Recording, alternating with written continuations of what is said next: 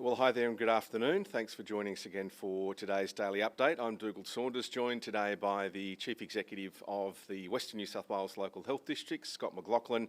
And also today we've got Dr Dan Stewart here. So Dan is the Director of Emergency Medicine for the Dubbo Health District, and he's going to talk to us a little bit about what his team and he are seeing at the ED, particularly at Dubbo Hospital. Up until 8 o'clock last night, 28 new cases across the New South Wales Health District, Western. 18 of those in the Dubbo local government area, 6 in the Mid-Western local government area, 3 for Burke, 1 for Blaney. Far West, we've got 5 cases, 3 at Wilcannia and 2 at Broken Hill. So the cumulative total now for the Health District is 934, Dubbo at 684 as a total. We've currently got 496 people that are being looked after as part of the COVID Care in the Community program. 36 extra people have been discharged overnight, so no longer infectious or requiring care. That now takes us to over 350 people that have been discharged from that particular program. From the 28 new cases today, we know that at least 7 have been infectious in the community for more than 2 days. 7 have been isolating, which is good. 14 are still being investigated. Scott will talk a bit more about some of the links, some of the close contacts and that sort of stuff, and also any sewage detection, which is of concern, and Lightning Ridge, I think, will certainly be one of those places talked about. Now, obviously, there's been a fair bit of talk about stay-at-home orders being lifted for some areas and the possibility of some other areas coming out. I mentioned yesterday, particularly the Mid-Western regional area, after having sort of 8 or 9 days in a row. Unfortunately today with 6 cases, that isn't going to happen now. Basically the criteria is an LGA having 14 days without a case and then being able to come out of stay-at-home orders. Now, there are some little rays of sunshine, and we're trying to be realistic about what is appropriate and what is actually achievable.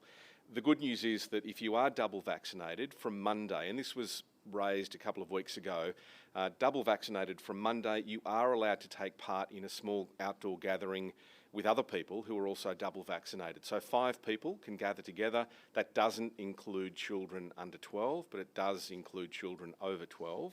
But it means you can, for example, go to a local park or the river and have a picnic with friends or family members who are also double vaccinated. So that's one of the little rays of sunshine as we head towards some of those targets. And the first target is the 70% double vaccination rate. That's been talked about a fair bit. We're expecting to reach that by mid-October. And there's every expectation that we, in this region, I'm talking about the greater region, the entire health district, will be there well and truly by that date. I think every LGA across the region is at roughly the 70% first dose rate at the moment. In fact, some are closer to 80%. So we are, as a region, as a health district, doing extremely well in vaccination. I really want to encourage you to keep doing that. The other thing that was released yesterday was that roadmap out. It does set a few opportunities after that 70% target is reached, and when we get to 70%, we will see things change in a lot of ways, including some travel, some domestic travel, including people being able to come back to our region. It's a pretty exciting time that's looking like happening by mid-October. So that is a little ray of sunshine to hold on to.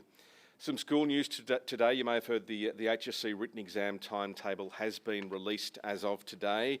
All exams are going ahead from November 9 through to December 3. ATARs will be received on the 20th of January next year, and HSC results will be received and released on the 24th of Jan. Now, we do have a full link to that timetable on this post, and of course each student will receive their own personalised timetable in coming days. Testing today, around about 2,400 again across the district, and for Dubbo, things have dipped again. In fact, it's the first time Dubbo has been under 1,000 tests for quite some time, around the 900 mark for yesterday in the last 24 hours, which is pretty low. So we still do need you to come forward for testing with even the mildest symptoms. Scott will talk more about this, but also any concerns. More venues of concern overnight at Dubbo, at Walgett, at Burke. if you were at any of those venues or have had contact with somebody who's been there, we do need you to come forward. The good news about testing is that it's really easy. It takes no time at all at the moment, which is a bonus. You're not waiting around for a long time.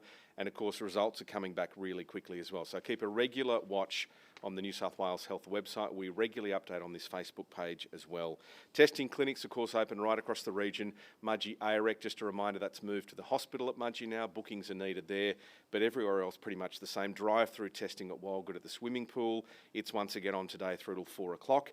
And the mobile at-home testing if you're unable to get out through Bathurst, Orange and Dubbo and some other small areas. If you do need some help, 1300 066 055 is that number to call. Vaccination doses yesterday, around about 1,800 doses, which is fantastic news. The region now, through the ADF clinics in particular, over 30,000 vaccinations in the past few weeks, which is just tremendous. Scott will talk a bit more about that, but we've got ADF teams today again at Orange and Bathurst, also Coonabarabran starting today at the Town Hall. That's running through until Sunday. And we've also got a link on this very post, look for it, for when second doses will be happening at all of the other towns around the region. So do click on that link and find out when your town is in line again for second dosing. Now, Scott will also talk a bit more about the Super Saturday of vaccinations. That's for Orange and Bathurst for tomorrow, one day only, 9 till 7, you can get a dose, and look, we're expecting hundreds and hundreds of people. So some extra availability. That Super Saturday will be really special. Scott will talk a bit more about that. And of course, vaccinations at a lot of other places as well. Your GP clinics, a lot of them taking clients that aren't normally part of their practice, pharmacies, the Aboriginal medical services and respiratory clinics as well. So get involved. If you're going to one of the pop-up clinics, Medicare card if you have one, a couple of forms of ID is really handy. And if you haven't got Medicare, if you've got your individual health identifier, that would be great to take along. So just on to Dubbo quickly. So from tomorrow, Saturday, the second dosing is back in town. So if you had a first dose at one of the ADF clinics last time in Dubbo, from tomorrow you are back in the line again for your second. Now, I mentioned yesterday, if you have received a text, it will have told you the day and the time frame to turn up. Normally there's an hour time frame given. So for Pfizer, that will be happening at the Dubbo Regional Theatre and Convention Centre from tomorrow. If you had your first dose of Pfizer with the ADF clinic last time the clinic was here, when it was on that first Saturday, you'll be up tomorrow, simple as that. If you were on the last Sunday, you won't be up until the last Sunday. So the day will correspond for the Dubbo clinic with the time you had your first dose. So please be aware of that. If you don't get a text message, but you know the day you were actually jabbed, we want to make sure you come back on that day again and get that second vaccination. Now, if you had AstraZeneca the first time around at the ADF clinic, you'll be receiving that text a bit later. Pfizer, we're working towards that 3-week period. AstraZeneca, it's after 4 weeks, so it'll be a week later. You will still receive a text message. Your second dose will be happening at the nearest vaccination hub. So in Dubbo, for example, that's at the Woolpack Pavilion at the showground, and more details will be in the text message that you receive. Look, if you can't make it, I've still had lots of queries about the fact that I can't make that time frame. Look, really, we're asking you to try and do your very best to make that time frame. When we had first doses, people essentially gave up an entire day to go and line up to get a vaccination. You're now being given an hour time frame on the same day, corresponding to the day you got your first dose. Try and make that if you can. If there's no way, if you've got some diabolical problem that prevents you from being back at the clinic on that day in that hour time frame, try and turn up at least on the day in another time frame. You may have to line up for longer. If you simply can't do it, you will have to look at rebooking your second dose elsewhere. So we really want you to make the effort. You did it the first time around. We're making it a lot easier second time around. So please try and fit in with that schedule if you can. And if you've got concerns around whether Medicare has been recognised, there's a whole team working behind the scenes to pick up any of those slight errors that have happened along the way. It can be as simple as having a wrong number in the card or a person in the wrong position on the card, but still turn up. All of that will be rectified on the day if it hasn't been rectified beforehand. Just want to give a shout out to the Wellington Vax team as well. Today is the final day of walk-ins for first Pfizer doses at Wellington in the Wax car park. Now, they've done nearly 2,000 Pfizer doses in the last couple of weeks. It's been amazing. That's not even mentioning all the AstraZeneca, which is around the same sort of mark. So today's the final day, walk-ins only. If you haven't had it, you want it.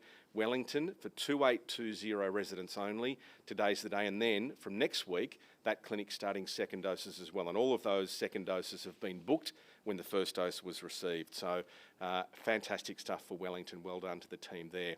Booking a vaccine is easy. If you haven't had the opportunity so far, use the eligibility checker, Health Direct on 1800 571 155. Get your vax as soon as you can. That is one of the pathways to that little ray of sunshine that we've been talking about. I'll ask Scott to come forward, and then we'll hear from Dr. Dan. Thanks, Dougal. Afternoon, everybody. Well, Dougal talked a lot about vaccination. It's been, I'd say, an outstanding success in getting so many people vaccinated so quickly in recent weeks. And so I'm going to say thank you to everyone that's come forward already to be vaccinated, particularly with the first dose, and now the opportunity to follow up with second dose. We, I think, can achieve being the highest vaccinated region in the whole of the country in coming weeks and months. And so please, everyone, hang on to that challenge. We know that vaccination is the solution to calming down COVID in our region and stopping people dying. So please, everyone, today's the day. Don't hesitate to look for those opportunities to get vaccinated. Now, again, we've seen low testing numbers across the region, around the same number as yesterday, 2,400. In some of our locations, that's been a record low, and a community like a city like Orange, Walgett nearly had more vaccinations, nearly more tests done than Orange. And so can I urge everyone, any signs and symptoms, however mild, please go and get tested. Don't leave the house if you've got any symptoms at all without going to get tested. We know that testing will be our way to identify and get in front of broader community spread. Again today, we've got people that have been infectious in the community in the last 24 hours. So the numbers today, 28 new cases to 8 p.m. yesterday, about a dozen cases overnight. Those numbers are around nearly consistent on a daily basis now. Out of those 28 cases, 23 have known links. 19 of those are household contacts. So there is some positives in that aren't unexpected, with 4 others linked to a known cluster or other cases. Now, we've still got 5 under investigation. Our teams are still working 24/7 to help us identify where people have been, where they might have picked up the virus, and any other contacts or locations that they've been at in those cases. Now, we've got 7 out of that 28 that were infectious in the community. Now, again, a really stark reminder that on any day of the week, it could be your neighbour, it could be the person in the supermarket, the service station, or yourself, that they could be infectious in the community, sometimes without knowing it. So please take all the precautions that we know are crucial to helping protect yourself and your loved ones and the community. Again, around a decreasing number of cases aged under 20. We've now got around 39% aged under 20, 85% aged under 50, and a significant growth in the number of people aged over 70. We've now got 36 people aged over 70 with COVID in the community. That's a real concern for us. We know that people in the older age groups are more susceptible to getting really crook, and Dr. Dan will talk more about that, what's happening in the emergency department in Dubbo Hospital. People that are unvaccinated, we know, get crook much quicker and with much more serious illness. So to a couple of the locations of concern and outbreaks for us, St Mary's Villa in Dubbo, the aged care facility in Dubbo, we've got no new cases to 8 p.m. yesterday. It's something we keep a very close eye on. Regular testing for both the staff and residents will continue, and an expert team providing care with both the GPs from the community and our own teams supporting the residents in that location. Unfortunately, in Holy Spirit Aged Care, we've got 5 additional cases that have been identified. 3 of those are in today's numbers and 2 came in overnight and will be formally reported tomorrow. So that takes us to 13 cases in total in a Holy Spirit Aged Care facility, 10 residents and 3 staff members. So we're doing a lot of things to make sure that we can stop the spread in that aged care facility, with relocating some of those residents into single rooms, protecting them with all of the PPE and other support services, and making sure that the clinical care is there to support them in that location. In Walgett, the abattoir in Walgett, We did see the first case identified on September 6th. Now, that was a local person that was tested at a local GP practice. The original case, however, we now know has relocated from Sydney in an LGA of concern for work, and so that's been the trigger for the outbreak into Walgett. There's now 9 cases to date in that cluster, with close work contacts being 8 of those. We're still trying desperately to get in contact with 2 other cases in that outbreak community.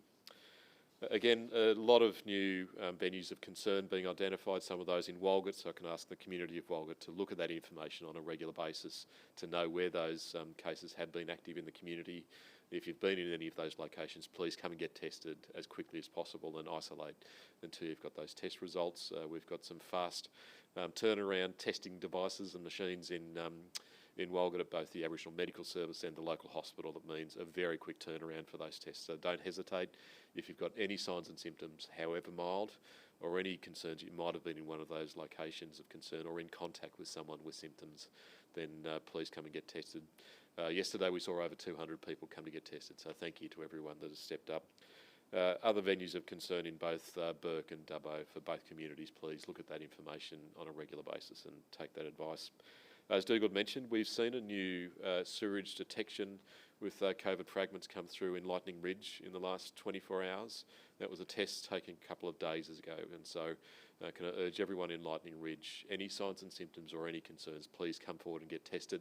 It's not a pure science that there's someone in the community with COVID, but it's fair to say there has been someone in the community in recent days, and so please don't take the chance. Don't leave home if you've got any signs and symptoms. Come forward and get tested and take all the precautions that we know are critical. The testing numbers yesterday, as Dougal said, Dubbo decreased down below 1,000 tests a day. Now, that's an extremely worrying sign with so many people that have been infectious in the community, the locations of concern and the number of cases that are in Dubbo at the moment. It continues to be the greatest hotspot and area of concern for us across the whole of Western New South Wales. So please, can I encourage everyone in Dubbo, we've got a very quick turnaround for test results coming back now. Across Bathurst, 756, Orange, as I said, worryingly low, down at 272, Walgett at 204, and 83 at Burke, where we know we've got cases in the community. So again, please, everyone, come forward and get tested if you've got any signs and symptoms, however mild. The Walgett drive-through testing is at the swimming pool right through today. Please come forward and get tested at that location.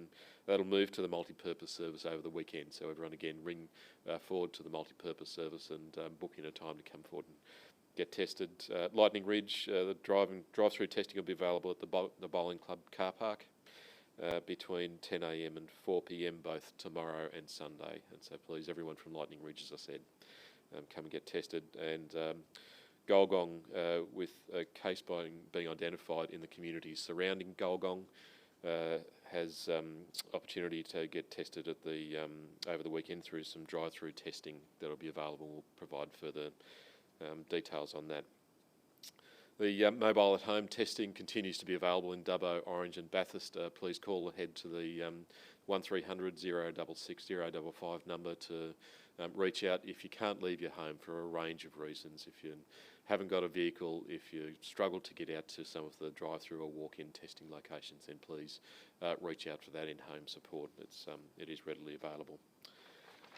In terms of patients in hospital, we've now got around the same number of patients in hospital as we've had in previous days, around 21 patients today in hospital, 4 in intensive care and 2 of those ventilated. Out of the 21 patients, 12 were in Dubbo, 3 in Burke, 2 in Bathurst, 2 in Orange and 2 in Narromine. Impressively, we've now seen 496 patients discharged or recovered from COVID out of the total outbreak, and so there's continuing to be every day 20, 30, 40 people that are coming out of our care in the community team, our specialist clinicians that are going into the home to help people through their COVID journey and their illness. And so that's a impressive continuation in from that team. We've seen a further decrease in the number of staff that are in isolation, now down to 21. And so thank you for all the work that's happening to help our staff come out of isolation, return to the workplace and help care for patients in all of our facilities. In our accommodation services, yesterday saw the delivery or arrival of 20 motorhomes or vans to Burke to help provide accommodation for both people with COVID and some family members and household contacts. We know that there's some living environments that are really challenging for the community in Burke. And so we're trying to provide an additional support for people to be accommodated in a nice environment with good cooking, toilet and showering and other living conditions in those locations. It's in a caravan park in Burke and it'll be well serviced and supported for people to serve out their 14 days in isolation and be supported through that. Again, back to vaccinations. Yesterday saw 1,800 people vaccinated across the whole of the region. Big teams in both Orange and Bathurst. That continues through over the weekend, particularly with Super Saturday tomorrow at both Orange and Bathurst, expanded hours between 9 a.m. and 7 p.m. And so please, everyone come out, whether you're a tradie, a teacher, where it might be your parents, it might be aunties and uncles that you really want to help get vaccinated. Tomorrow is a great opportunity with expanded hours and bigger numbers of people able to be vaccinated tomorrow in both Orange and Bathurst. Throughout next week, we'll see an exciting opportunity for the community of Kelso in Bathurst with a dedicated vaccination hub in Kelso at the community hub that will be able to support people from Monday, I think 10 a.m. through to 4:30 p.m. and earlier right throughout the whole of the week, that the Orange Aboriginal Medical Services are stepping up to help deliver for us. And so thank you to OMS. I really would encourage particularly the Aboriginal community in Bathurst and in the surrounding communities around Kelso to come out for that opportunity next week. Listen, Dan Stewart is just an amazing clinician, heads up our team at the emergency department, but plays a role right throughout the whole of the northern part of our region in making sure that people that need care through our emergency departments and right through to Dubbo receive some of the best care, I've got to say, in Australia. Dan's a very skilled clinician, one of our emergency physicians, but heads up our emergency department in Dubbo. So I'll hand over now to Dan. Thanks, Dan. Good afternoon. Thank you, Dugald and Scott, for those kind words as well. You'll forgive me, I'm a clinician. I don't address the media very often, so if you forgive my foibles, that'd be lovely. I've been asked to come forward to talk a little bit about what we've been doing in the emergency department. It's the first time that we've had the chance to speak to the public and you about what we've been doing. It's difficult to know where to start because a lot's happened. But I think it'd be safe to say that we've completely changed the way that we operate from our usual business as usual to operating within the context of one of the biggest outbreaks per capita within the state. We're now dealing with two completely separate patient groups in addition to the other two that we normally do. We deal with people who need a bed and people who can walk in, but now we have to deal with people who may be infected or are infected with COVID and those who are not. And so a lot of the changes that we've made have been aimed at keeping patients safe and keeping staff safe as well. It's been key to do whatever's necessary to keep the staff safe because they're the ones that will be there till the very end, keeping the community safe. And I think we're doing a very good job, particularly under the circumstances. What I would say is that we are managing, and we're managing well. And what's the key feature here and how we're managing is the response of the community, particularly with vaccination. That has changed the playing field. The severity of disease is far less severe than it would have been otherwise, and vaccinations have really made the big difference there. The community has gotten behind itself and each other. Testing rates have been high. People are doing the right thing. They're wearing masks. They're isolating. They're staying at home. You only have to walk down Macquarie Street or any other community in the district and you know that people are taking this seriously. And I think it's worthwhile thanking the community for helping us do what we need to do in the emergency department to keep everybody safe as well. It's a bit hard for me to continue talking like that without some sort of prompt or a question, so I may end there and see if there's any specific questions. Is that all right? Fine to stay there, yep. Yeah, for sure. Thanks, Doctor. If anyone has any questions for Dr. Dirk, could you please raise your little digital hands now? Seems the answer to that is no, so you might be off the hook here, Dan. Fantastic. Okay. Well, I'll stand backwards. We'll bring Dougal forward. If anyone has any questions for Dougal, please raise your hands. We have a couple. Oliver from the Canberra Times. Fire away. Hi there, Dougal. Just wanted to clarify a couple of statements that have been coming out regarding the roadmap.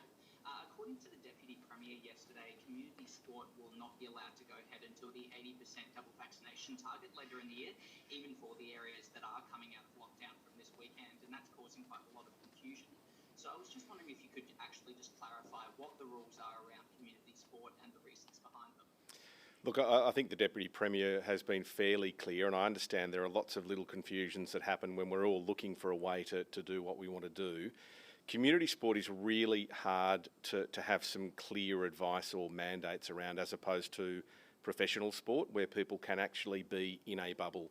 Community sport, we've got too many people involved that come from all sorts of different areas. So whilst you might say, you know, there's an area that is out of the stay-at-home orders, the other people that might have to be involved in that competition may not be from out of the stay-at-home areas. So we've got all this cross-pollination that happens, as we all know, right across our region. That's from the far west right across to Orange, Bathurst and Lithgow. So the community sport really has to wait until it's the 80% vaccination double dosed. At the moment, even though there are areas that are coming out of the stay-at-home orders, the ability to go and train and kick your footy around will be there. You can have some of those gatherings again, but not where it could involve players coming from other parts of the regions. That's why that's been put back to the 80%, because really until that point, the risk is still too high of people, infecting each other from other areas, and I think that's probably a pretty wise thing to be doing. Right, and if you don't mind, just a quick follow-up there. Just want to make sure we fully understand what community sport is when it comes to smaller sports where there's less physical contact, like tennis or golf. Look, tennis and golf have been happening anyway, so you can do that. Golf is one of those exempted activities because people do play separately. Other than for the 12 local government areas of concern in Sydney, I think all other areas, and Golf New South Wales has been really good in supporting, as I think has Tennis Australia and Tennis New South Wales. Where there is no contact between people, it's recognised as an exercise, then I think that's been pretty clearly approved. With golf, you don't have any handling of the pin anymore. There's only allowed to be one person if you're using a motorised cart. Otherwise, it's only two people in a playing group and maintaining distance at all times, etc., etc. So all of those rules are available. There's a link on the Facebook post that we're on. If you look up COVID-19 New South Wales Government, all of those rules are there. Great, and just my other question, we saw that caravan parks and camping grounds are open, but I was just wondering if there are any rules around travelling through the lockdown areas to get to these spots. Look, I think the caravan parks and whatnot might be open for people that are in that local government area. I would suggest that you're not, the intention is not to have people travelling through an area that's in stay-at-home orders to get to another area. We will see more ability for domestic travel. I mentioned this earlier, when we hit the 70% mark.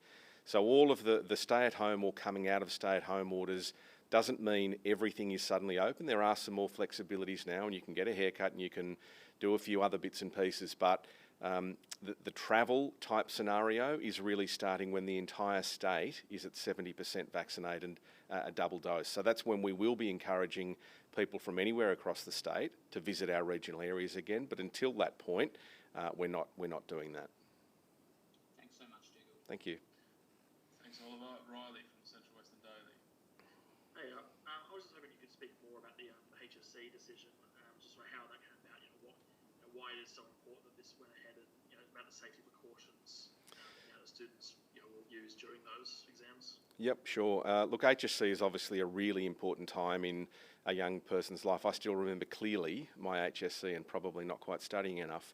Look, the Education Minister, Sarah Mitchell, has been really closely monitoring what individual schools need in the way they need support. And we've got, public schools and independent schools and Catholic schools. There's such a vast range of different schools across the state and across our region that everyone has to be able to come together at one point, and that is around the HSC. So, look, there will be support there if there are particular cases where there are concerns from schools or from individual students. The department and the Minister's office are there to try and help, but in very simple terms, it's been recognised that really the best effort had to be made to make sure the HSC goes ahead. It was put back, and I realise there will be some impacts for some parts of our region that might be in the middle of harvest from November onwards, hopefully a fantastic harvest. But the reality is there does need to be a time frame set, so it's been set from November 9. And I'm hoping that gives a bit of clarity now for students to be knowing when they will start. So that will be the first exam. It'll be English. So that's what we know will be. Each student will then get their own personalised timetable. But from here, at least they know when they'll be expected to be actually doing their first exam, which I think is a really important thing. Cool, that's all from me. Thanks.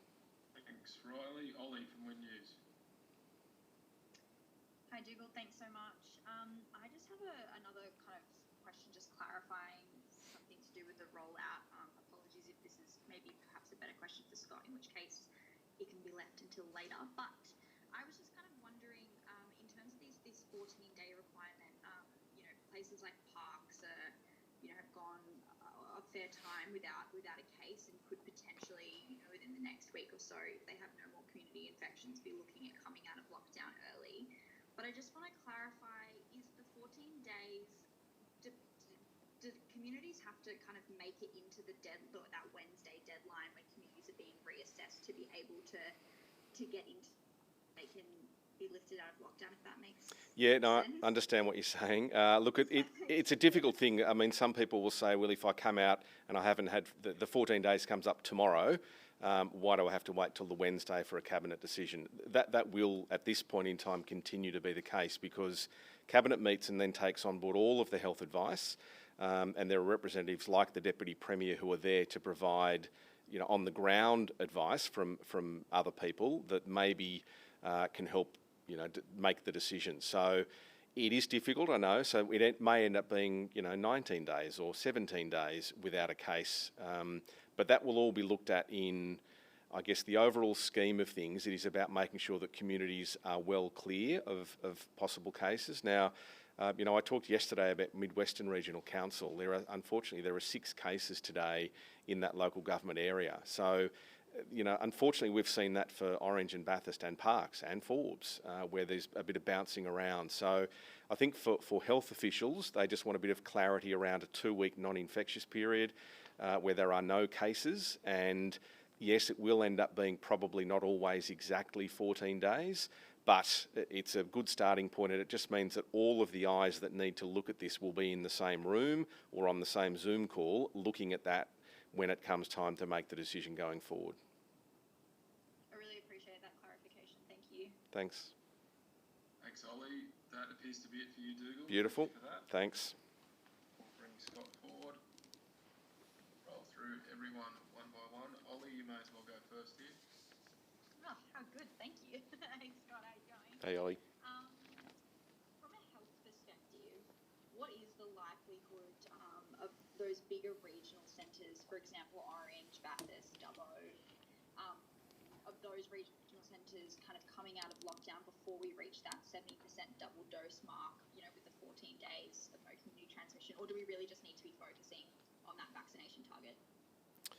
Well, I think there's a couple of crucial things in this. We know that we can slow the spread of COVID by people not leaving home, taking all of the precautions that are crucial, and getting vaccinated. Those are the things that will help us slow the spread of COVID, and particularly in Dubbo, Orange and Bathurst. We know there's been infectious people in the community in recent days, and so it is still time to be vigilant. Don't let your guard down for a second. I know it's been some time now we've been in this state. There's still too many people that are being infectious in the communities, and so I think those are the crucial things to be focused on. I think the vaccination targets of getting to 70% double dose is actually achievable for us in the next 3 to 4 weeks. And so there's some light at the end of the tunnel with rapid increases in the number of people that have particularly had a first dose. We're now over 70% for the vast majority of communities across our region having a first dose, and around 45% for that second dose. Now, with the ADF clinics, with all of the GPs, the pharmacies, the Aboriginal medical services and vaccination hubs, all vaccinating as many people as possible, I actually think it's entirely possible for us to see that happen in the next month. Well, that's great news. Thanks for that. Thanks, Ollie. Let's go to Glenn from SBS. You there, Glenn? Maybe not. Let's go to Oliver from Campbell Times. Thanks so much. Hi there, Scott. My first question surrounds areas like Canberra potentially coming out of lockdown this weekend due to not having any new cases over the past 14 days. Was just wondering if you had any thoughts or words to share to those communities who might be coming out this weekend. I think, like everywhere, we still need to assume that there's people in our communities that could have COVID. Certainly not time to let your guard down for a second. We know that in a lot of our bigger regional centres, there has been people infectious in the community. We know that there's a lot of travel between communities with people commuting for work or for other business, for agriculture and other things. And so I think there's still risk in all of our communities that we can see further cases. We certainly don't want to see it. We know that we can do all of the things to keep ourselves safe. But can I urge everyone in Canberra and the surrounding farming communities and smaller communities, don't relax your guard for a second. It is still time to be really vigilant. Wear your masks outside, wash your hands regularly, keep your distance from other people, particularly important indoors, and check into facilities where you're going into a facility with your QR codes. Now, those are all of the things that are helpful to do. So please, anyone in a rural community, it's not time to assume that you're totally safe. Yeah, fair enough on that one. I was just wondering as well if you could provide any, do you have any sort of thoughts on what the reason why some of these areas have been able to be so on top of their new cases of COVID, allowing them to be at least eligible to exit stay-at-home orders? I think the community's done a great job in a lot of the smaller rural communities in staying at home, and we know that it's easier on a farm or in this smaller community to keep distance from other people, only go out when you absolutely need to. So I think we have been able to stop and slow some of the spread in smaller rural communities. Now, that's clearly not the case for everyone. We've seen the 6 cases just in the last 24 hours been identified around Golgong, and so that there's a real reminder there for us. Any day of the week, any hour of the day could be the time when there's a new case identified in your community. Thanks so much, Scott. Appreciate it. Thanks, Oliver. Xanthi from ABC Central West. Hi, Mr. McLaughlin.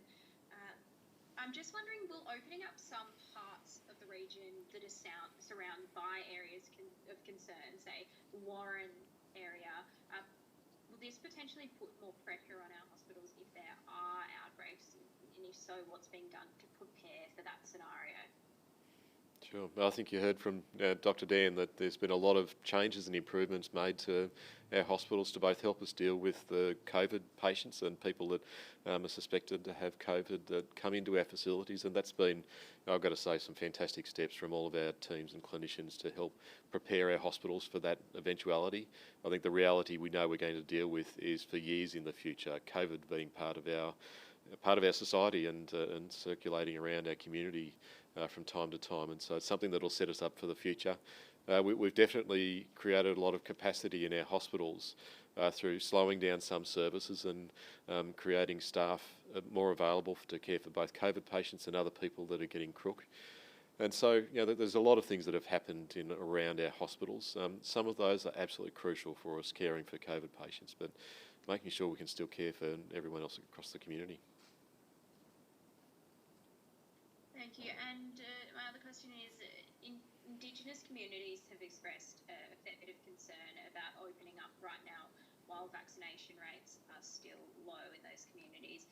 Is it too soon to open up given the surrounding risk? Are we looking at the cusp of another potential Walgett or Wilcannia situation if cases do enter those communities? Well, I think that there's still real issues and concern that COVID can be circulating in any of our communities. I know for communities like Gadooga, we know there's only 13 people that need to be vaccinated in Gadooga. And so there's been that level of rigour and support around the community to both know what to do if we have an outbreak or further cases. They've been really successful in containing the outbreak that popped up a couple of weeks ago in Gadooga. And so there's those things that have been, I think, really successful. We know that all of our communities are still really susceptible to COVID coming into the community any day of the week, and so it's certainly not a time to be relaxed or complacent about the situation we're in. When other communities have come out of lockdown or the stay-at-home orders, it's certainly not a time to let down any of the guard around the mask wearing, hand hygiene, checking into facilities and keeping a distance from people. That'll be the things that'll keep us safe. Thanks, Mr. Walker. Thanks, Anthony. Riley from the Central Western Daily. Hey, so first up, I just wanted to check for the ADF clinic, obviously here in Orange, been here for 4 full days now. Can we just check, have all the available vaccines been used every day so far? And I guess what is that number? Riley, yes, we have used all the vaccines every day. That's been one of the challenges, making sure we can vaccinate as many people as we can every day of the week. Tomorrow is the biggest opportunity we'll have. The expanded hours right through till 7 p.m, starting at 9 a.m, the Super Saturday for people to come in and get vaccinated. Right throughout the time, we've got extra people coming in with extra doses of vaccine for both Orange and Bathurst. And so don't miss the opportunity. I haven't got the exact numbers of the totals for both locations. We'll certainly come back with that early next week. Cheers for that. The other question, so Dougal already touched on it a bit before about when the West is meant to hit sort of that 70% fully vaxxed rate. I just wanted to check, obviously, as I said, state will open up the Monday after the state hits 70%. I just want to check, will those rules still apply to LGAs who haven't reached 70%? So if like Blaney was at 65 and the state was at 70, would Blaney still be allowed to open up? I think all of those things that we've still got to figure out. What we know is the most crucial thing we can do is get vaccinated. It's great to see the region nearly hitting 70% of first doses being in arms. The challenge will be for everyone to get that second dose. And so please, if you haven't had your second dose and you haven't got a booking for that, reach out for it. We know with the ADF clinics, the text messages are being sent out for the clinics coming up in future weeks for people to come back for their second dose. So please look out for that. If you've had your first dose from a GP, a pharmacy, an Aboriginal Medical Service or other service, then please reach out today for your second dose. Those are going to be the most crucial things for us. There's been some fantastic increases in recent weeks in the number of people getting their second dose. There's no shortage of vaccines across most of our communities, and so please don't hesitate. Look out for those second doses today. Cheers for that. Thanks, Riley. Tom, the Daily Liberal. Hi Scott, I was just wondering, the Premier said that today she's still expecting the peak of cases in the state next week. Is that sort of something you're expecting to hit in the region as well? Yes, we are. We know in coming weeks we'll still see growing case numbers, both because of the number of people in households where there's someone infectious with COVID, and the vast majority of those people will get COVID, and so we're seeing the increases in that. We saw today 7 people that have been infectious in the community, and so we know that there's going to be continual spread. While ever people are infectious in our communities, the risk of broader community spread is present every day, and so those things we'll see case numbers continue. I'd expect around the same level, somewhere between 30 and 40 cases a day for the next week to 2 weeks. What we are seeing though is more people recovering from COVID every day of the week as well, and so hundreds of people have now come out of their isolation and are feeling much better from their COVID journey. Now, one thing that's really important to know is the impact of COVID can go on for years in the future. It's called long COVID. The people that have got really serious respiratory or lung issues and heart issues can feel those effects of COVID for some time into the future. It certainly can limit your ability to resume a lot of exercise or normal life activities. And so this isn't just a short-term illness. There are impacts beyond just the 14 days of people getting sick. And so can I ask everyone, that's the thing to be really mindful of. It's our parents, it's our aunties and uncles and people that we most love and care for that are getting really sick. We've seen a doubling in the numbers of people over the age of 70 that have got COVID at the moment. We've now got, I think it's 4 patients over the age of 90 that are being cared for, both in our aged care facilities, 13 patients over the age of 80 that are being cared for. So those are some of the most vulnerable people in our communities, and got to be mindful of that in our everyday activities. Thanks, Tom. Circle back to Glenn from SBS if you're there now. Oh, no questions from me, thank you. Perfect. Thanks, Glenn. That's everyone. So we'll call it a day there, and I'll get the recording out as quickly as I can. Thank you all for attending. Thanks, everyone. Cheers.